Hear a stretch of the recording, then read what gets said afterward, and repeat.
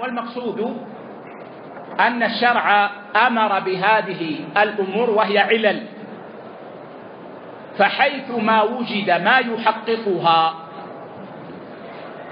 ولا يخالف الشرع فهو مطلوب.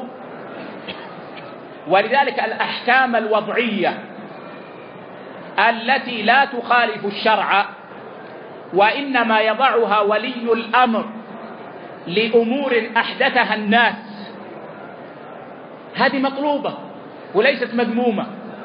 قوانين المرور، أحكام المرور ونحو ذلك هذه مطلوبة وليست مذمومة، وهي تحقق المصلحة وتحقق العدل،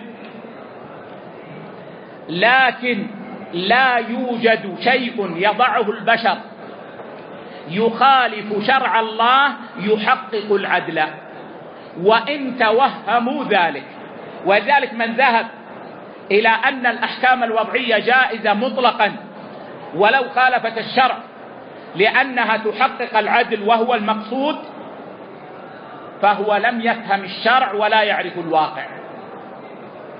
وذلك نقول كل ما يحقق العدل والخير والمصلحة ولا يخالف الشرع فهو مطلوب، وكل ما يدفع الشر والخبث والظلم ولا يخالف الشرع فهو مطلوب. نعم.